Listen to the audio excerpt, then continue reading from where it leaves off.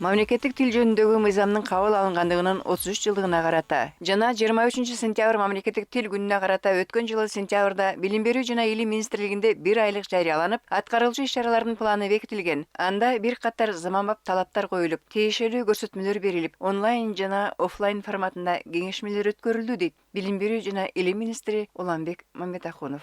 Азыркы учурда кыргыз тилинин жана кыргыз адабиятынын предметтик стандарттары дагы жаңыртылууда. Анын негизинде окуу китептери да жаңыртылат. Мугалимдерге арналган колдонмолор. Анан негизги максатыбыз ошо ар бир кыргыз жараны мамлекеттик тилди өздөштүрүп, ошонун негизинде ой жүгүртүү, окуган китептерин түшүнүү, баарлаша билүүнү сөзсүз камсыз кылышыбыз керек. Өзүңүздөргө маалым болгондой, Кыргыз Республикасынын окуучулары 2025 жылы эл аралык изилдөөгө катышууга аттанып атабыз. Анын негизги максаты ошол окуу көндүмдөрүн калыптандыруу. Окуу көндүмдөрүн канчалык деңгээлде, мектептин деңгээлинде калыптанышын текшеришет. Мамлекеттик тилди өнүктүрүү максатында Билим берүү жана илим министрлигинин алдында жаш тилчилер уюму иштеп баштады. Анын негизги максаты ошо кыргыз тил мугалимдерине, башка тилдердин мугалимдерине методикалык жардам берүү, алардын дагы ошо квалификациясын жогорулатууга, акыркы жаңылыктарды жеткире билүүгө жана окуучуларга жеткиликтүү билим берүүгө арналган. Жаштар жана студенттер арасында кыргыз тилин өнүктүрүү багытында теледебат, флешмоб, көркөм окуу сыяктуу мамлекеттик тилди өнүктүрүү багытындагы түрдүү иш-чаралар болду. Кыргызча жазгыла, кыргызча сүйлөгүлө деп жүргөндүн өзү бул мындай өкүнүчтүү да. Ооба, чын эле өкүнүчтүү экен жыйынга катышкандардын баары моюндубай кое албаган мамлекеттик тил саясаты жана улуттук нарк жыйынында негизги 2 маселе каралды. Биринчиси мамлекеттик органдарда мамлекеттик тилдин колдонулушу жана абалы жөнүндө ушул жылдагы өкмөттүн номер 15 протоколдук тапшырмасынын аткарылышы. Экинчиси өлкө башчысынын улуттук нарк жөнүндөгү жарлыгынын 4-пунктунун аткарылышы. Мамлекеттик тил боюнча улуттук комиссиянын төрагасы Каныбек Осмоналиев Чүй облусунда мамлекеттик тил мыйзамынын аткарылышы, мекемелерде иш кагаздардын мамлекеттик тилде жүргүзүлүшү учурдагы абалы оор экенин жашырган жок. Бардык мекемелерде чынында эле мындай бир чеке жылытаарлык абал жок. Ачыгын айтышыбыз керек. Демек биз абдан чукул чараларды көрүү менен баягындай усулдук жардамдарды берүүгө даярбыз. Жыйынын катышуучуларынын айтуусунда мамлекеттик тилдин аксап жатканын дагы бир себеби көндүм болгон эски адат. Жогору жактан деп расмий тилде келген кагаздарга ошол тилде жооп берилет. Дагы бир зээнге иткен маселе Орго шаарыбыздын көчөлөрүндө көрнөк жарнактардын ким кандай кааласа ошол тилде жазылып илинип турганы. Кайсы мамлекетте жүргөнүн билбейсиң. Бир көчөдө жүрсөң Кытайда жүргөндөй, бир көчөдө жүрсөң Лондондо жүргөндөй, бир көчөдө жүрсөң Москвада жүргөндөй да. Мамлекеттик тилди өнүктүрүүгө салым кошуу максатында 2012 жылы Кыргыз тест мекемеси уюштурулган. Бүгүнкү күнгө чейин мамлекеттик тилди үйрөнүүчүлөр үчүн Кыргыз тестте бир катар колдонмолор түзүлүп, керектүүчүлөргө акысыз таркатылууда. Мамлекеттик тилде сүйлөп, өз эне тилин колдонуп, күндөн күнгө окуп, ырдап дегендей өскөндүмүн жогорулата берсе, ошол эле жакшынакай таасир, ошол эле жакшы бир жыйынтыкка алып келет. Көп улуттуу Чүй облусунун иш кагаздарынын мамлекеттик тилде жүргүзүлүшүнүн пайыздык көрсөткүчтөрү тууралуу маалыматта аймактын көпчүлүк райондорунда расмий тилде колдоноору аныкталган. Бирок облустун губернатору кемчиликти оңдоо колдон келип аткарыла турган маселе дейт. Ар бир ишкердин, ар бир айыл өкмөт башчысынын ушул президентибиз Садыр Нуркожоевичтин жарлыгын ишке ашыруу жерлерде баарыбыздын милдетибиз. Эч кимге жашырын эмес, айрыкча биздин Чүй областында орус тилдүү адистер абдан көп, кыргызча билбеген. Ошолорго кандай мындан ары мамиле болот? Орус тилинде иш жүргүзгөн кызматкерлер албетте жок эмес, андайлар бар, бирок алар дагы ушул кыргыз тест аркылуу өздөрүнүн билиминин деңгээлин жогорулатып жатышат. Бүгүнкү күндө жооптуу мамлекеттик кызматтарда иштеген жетекчилер мамлекеттик тилди билбей, атүгүл парламентке келгенде ооз ача албай уят болушкандары да бар. Атка минерлер арасында мамлекеттик тилге кош көңүл мамилеге мындан ары чекит коюуну жаштарда талап кылууда дейт Каныбек Осмоналиев. Азыр жаштарыбыз көтөрүп атат маселени.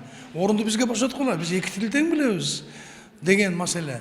Мен ошону президенттин астында өзүмүн мына аналитикалык катымда көрсөтүүнү туура көрдүм. Буюрса сиздердин телеканалдар аркылуу дагы атайын өзүнчө бир иш-чараларды уюштурабыз.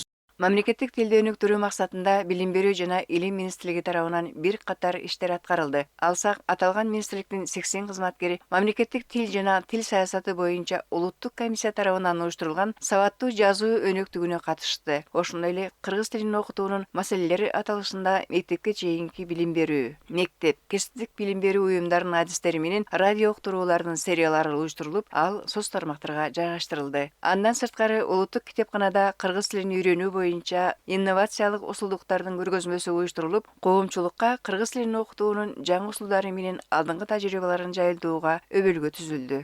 Мына Төлөгөн Касымбеков агайыбыздын кел чыгармасы. Бул дагы абдан ошо көз азиз окурмандарыбызга бул бир жаңылык да. Ошол кыргыз адабияттарын, кыргыз классиктерин жазуучуларын Брайль тамгасына кыргызчаланып өтүшкөндүгү аларга бир чоң жаңылык жана алар мүмкүнчүлүгү бар да ушуну окуганга. Бул жакта укук боюнча, майыптар өзүн өзү коргоо боюнча бардык тармакта, анан кичинекей бөбөктөр үчүн дагы китептер бар да. Мына чоңоюп бойго жетебиз. Бул да Брайль тамгасында. Бул бөбөктөр үчүн да. Бөбөктөр үчүн ырлар бар, балдар акын жазуучулардын ырлары, ошондой эле уламыштар, Чыңгыз Айтматовдун чыгармалары, Мукай Элебаевдин, бир топ классик жазуучуларыбыздын чыгармалары Брайль тамгасына кыргыз Брайль тамгасы болуп түштү. Ал эми Исхак Разаков атындагы Кыргыз мамлекеттик техникалык университетинде мамлекеттик тилди окутуунун методологиясын жана технологиясын өркүндөтүү чаралары аталышындагы кереге кеңеш өтүп, анда министрлер кабинетинин төрагасынын орун басары Эдил Байсалов, мамлекеттик тил жана тил саясаты боюнча улуттук комиссиянын төрагасы Каныбек Осмоналиев баш болгон кереге кеңештин катышуучулары тиешелүү адистер канткенде эне тилибизди окутуу оң жолго коюлуп, мыкты натыйжа берет деген маселеде өздөрүнүн сунуш пикирлерин ортого салышты. Өзіміздің кыргыз фильмдегі біздің киноларыбыз көбүнчөсү мына билесиздерби азыр даже КТРден башка каналдан көрсөтүп калганда аларды орусча көрсөтөт. Эмне үчүн? Анткени учурунда алар баягыдай копиялары жанагы кыргызча жоголуп кеткен. Ошолорду биз кайра кыргызчалашыбыз керек. Мектептен алып чыгышат балдар. Өздөрү издешет да. Оюнда бул жердечи. Ушинтип сабак өткөрүштө ара кызыгышат. Аталган иш-чарада усулдук көргөзмө уюштурулуп, анда бала бакчаларда, мектептерде жана жогорку окуу жайларында иштеген кыргыз тили мугалимдеринин, окутуучулардын мамлекеттик тилди үйрөтүүдө колдонгон ар түрдүү окуу куралдары көрсөтүлдү. Алардын арасынан Кыргыз-Түрк Манас университетинин кыргыз тили боюнча чыгарылган жаңы заманбап үлгүдөгү китептери өзгөчө QR-код аркылуу окурманга шарт түзүлгөнү көпчүлүктүн назарын бурду. Эл аралык стандарттарга ылайык үлгүдөгү китептерди чыгарганбыз. Мына таанышсаңыздар болот, Алтын көпүрө деп. Мисалы үчүн бул жердин өзгөчөлүгү QR-коддор бар.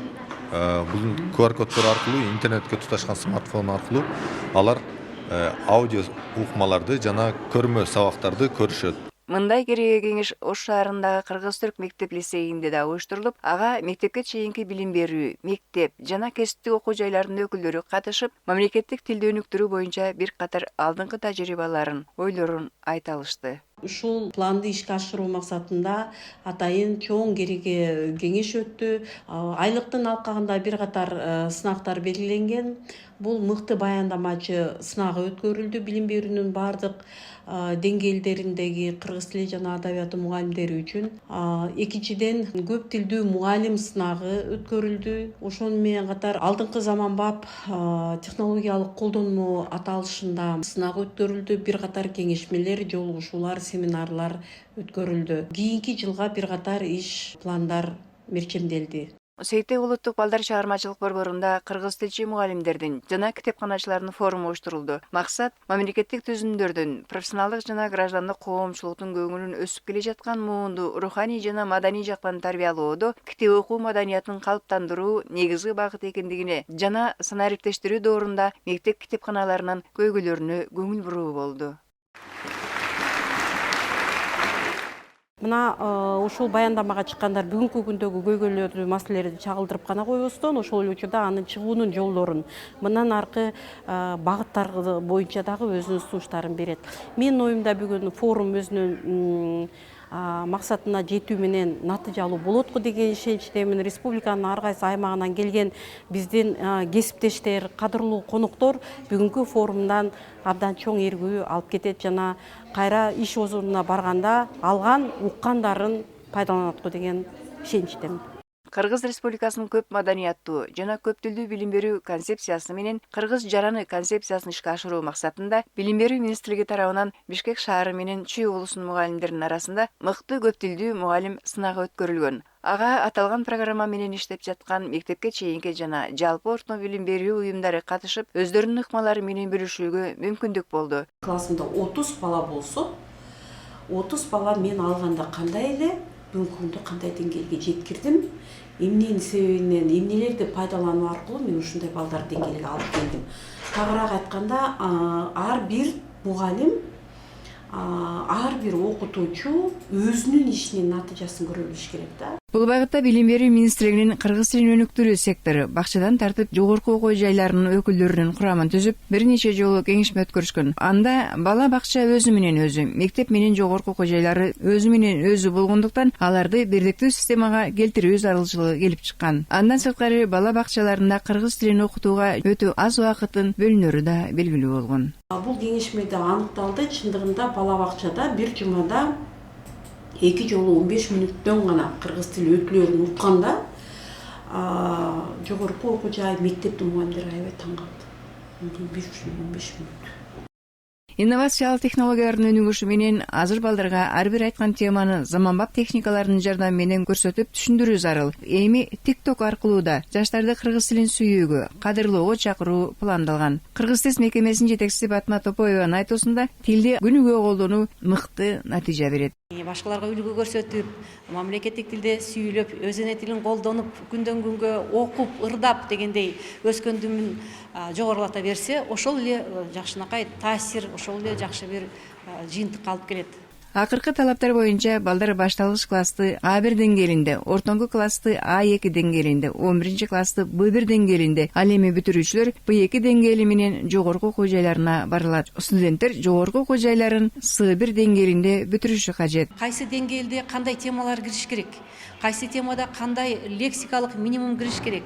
Кайсы грамматикалык темалар кайсы деңгээлде берилиш керек? Ошол темалар боюнча, ошол чөйрөлөр боюнча тесттер түзүлөт. Биринчи деңгээлдеги тесттер дал ошол талаптарга ылайык келиш керек. Учурда билим берүү тармагында мамлекеттик тилди өнүктүрүү жаатында министрликтин алдында көптөгөн жаңы милдеттер турат. Алар кыргыз тилин окутуунун предметтик стандарттарын жаңылоо, деңгээлдер боюнча окутуунун натыйжалуулугун арттыруу, жаңы технологияларын үйрөнүү жана жайылтуу, көп тилдүү билим берүүнүн келечек программасын иштеп чыгуу, жаш тилчилер менен ырааттуу иш алып баруу, китепканалардын кызматкерлери үчүн кесиптик билим берүү жана квалификациясын жогорулатуу программаларын иштеп чыгуу жана жыл сайын жаңыртуу сыяктуу бир катар маселелер. Аталган иш-чараларды турмушка ашырууда албетте тиешелүү мекеме уюмдар менен биргеликте жалпы коомчулук салым кошуусу зарыл.